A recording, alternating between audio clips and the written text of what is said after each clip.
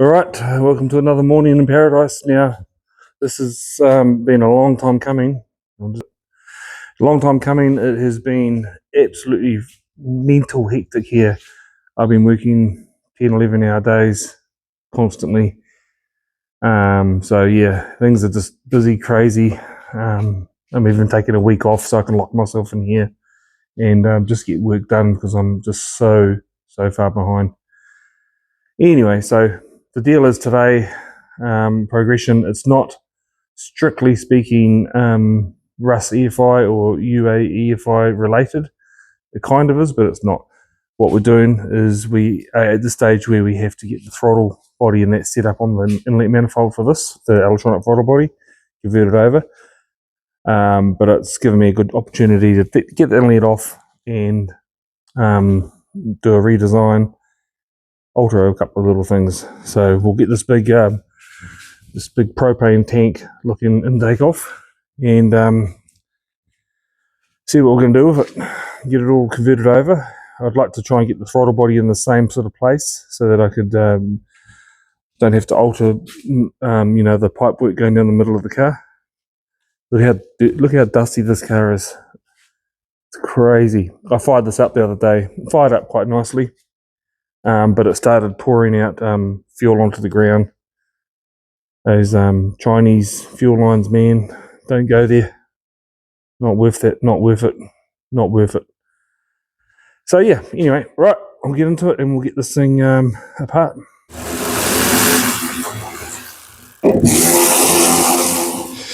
Alright, skip forward half hour, intake's off. I mean, there's spider webs on the front of that motor. That's how long it's been since I've done anything with this car. Crazy, anyway. Right, okay, here's my propane tank intake. As you can see, it's rather large. It's all good. Stripped it down a bit, got the stuff off it. So I'm gonna just slice it off where this blue line is here and get down to it a bit. I'm sort of still going to use this this bottom half of it here. I'll probably end up trimming it down more, but I've got a bit of a crazy plan going on with it, as I usually do with intake manifolds, as you can see from this one. And I'm going to trim it down, and this has got extended trumpets inside it, like from the factory manifold.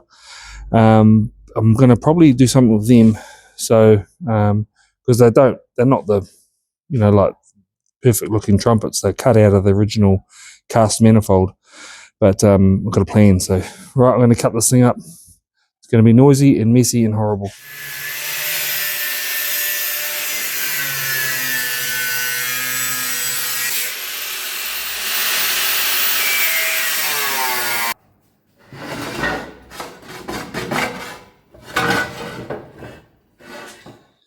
Okay, so we've cut that out. You can see the inside workings of that plenum. Yes, it is very, very big. And as you can see here, these are the trumpets I was talking about. So they're the trumpets that were originally part of the cast manifold. I mean, they've got a lot to be desired, really. They're not a perfect shape or anything, and especially like these edge ones here. So they're not very even in terms of the way they're laid out. But what I'm planning on doing, I think, is after doing a lot of research,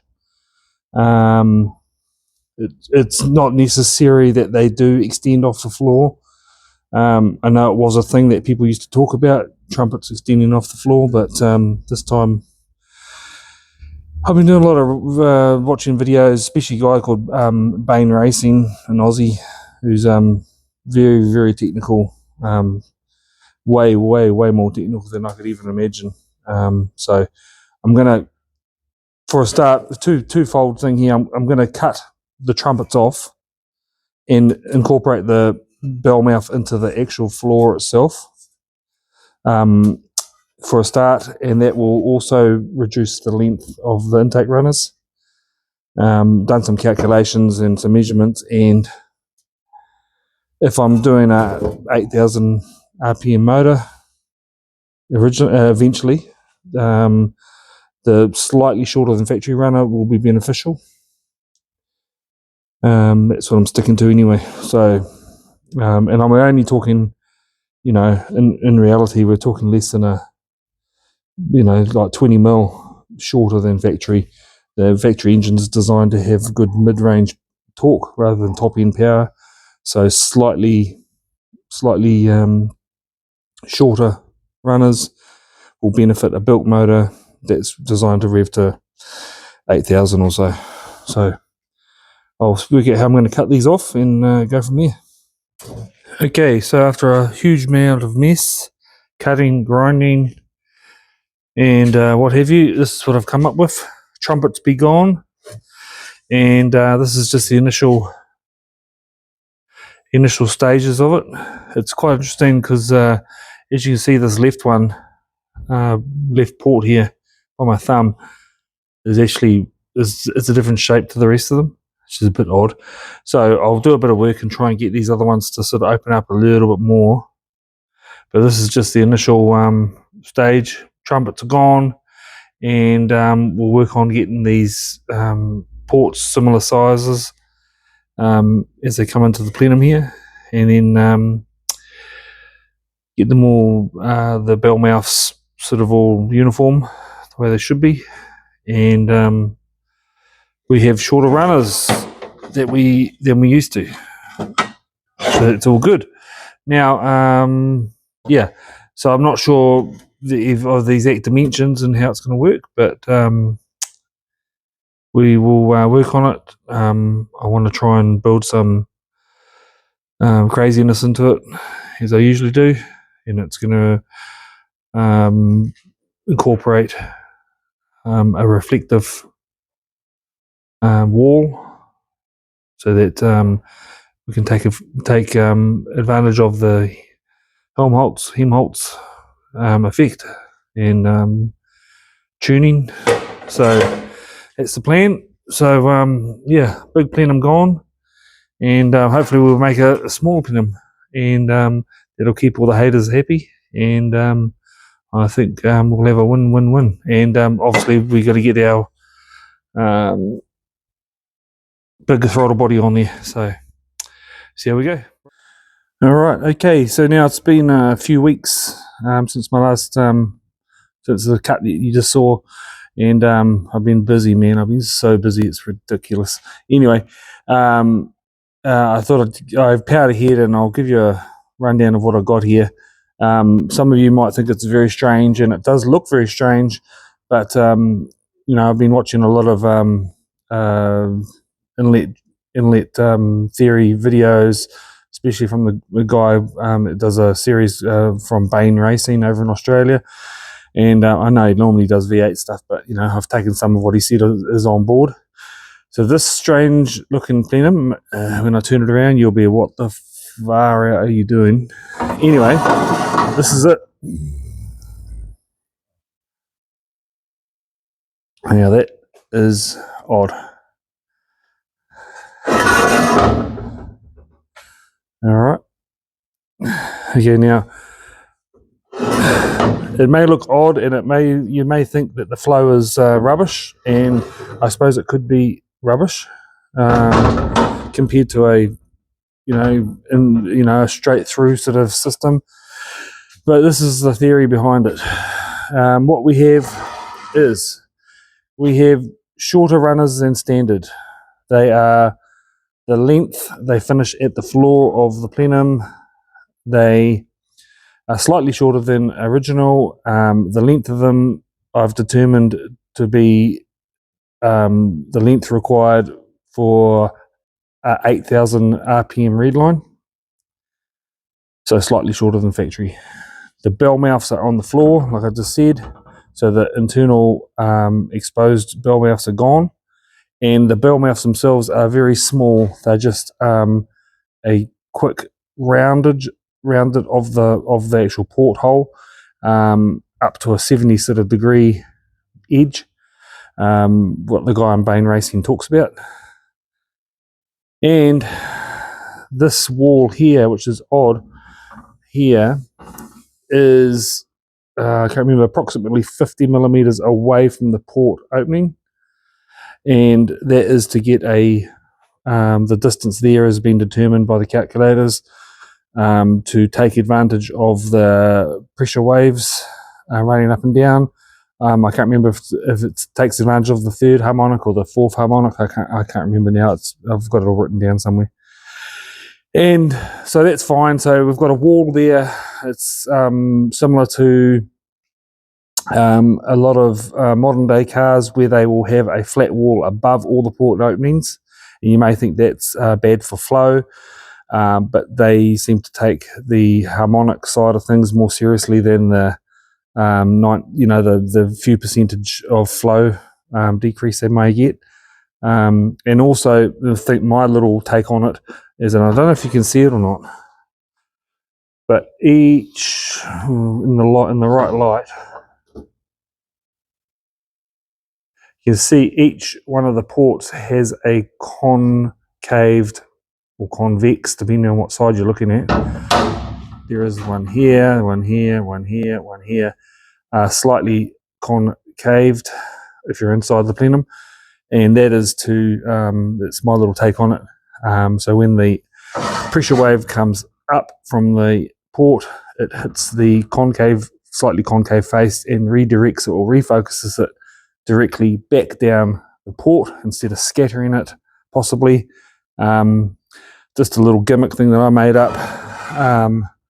Maybe all for nothing. That's fine. So then the problem is to get an even flow to that main sort of plenum stage. So I've obviously got a centralized throttle body. It opens up quickly. Airflow is airspeed is reduced, and hopefully that will evenly flow to this main base plenum, if you want to call it that. Yeah, so that's the little theory behind my plenum. It looks really odd and ugly. Some of the worlds are good, some of them are average, but you get the idea, eh? And yeah, it's an ugly shape, and it needs a good clean up. So yeah, so this is the start of it. All I've got to do now, I'm just going to weld some a port plate on here so I can get my ports out for the the ECU and the wastegates and pressures and stuff like that. So I'll get that plate welded on, and we can fit it up. And so that's obviously the throttle body we got. It's a Nissan style throttle body. It's got a 3-inch inner. The outside's obviously a bit bigger than 3 inches. It's like 3 1/4. I've made up a plate here with an O-ring groove in it instead of a gasket, so we can just pop it on and off whenever we want without too much fuss. And yeah, I'll just give it a bit of a clean up, and we'll go from there. So that's the ugly spud plenum done, manifold done. I know it's taken a while, but things have been stupidly busy here. So yeah, as you can see, it's quite an odd shape, and people may not like it, but people didn't like the big plenum that was on there, the big propane can plenum.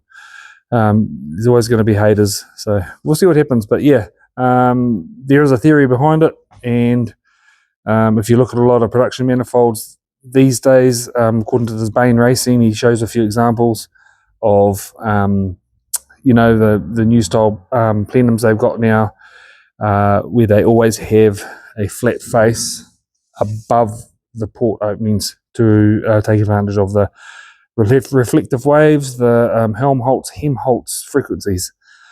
It may be all bullshit, but we'll see what happens. Right, I'll get this plate welded on and we'll get these ports done. Okay, right, we've got these ports all done here, the various things. Our brake booster, ECU, boost control, fuel pressure regulator, and what have you. Yep, it's cool. I've got my throttle on, it's looking good. I don't know if you can see the concaveness in the top areas here.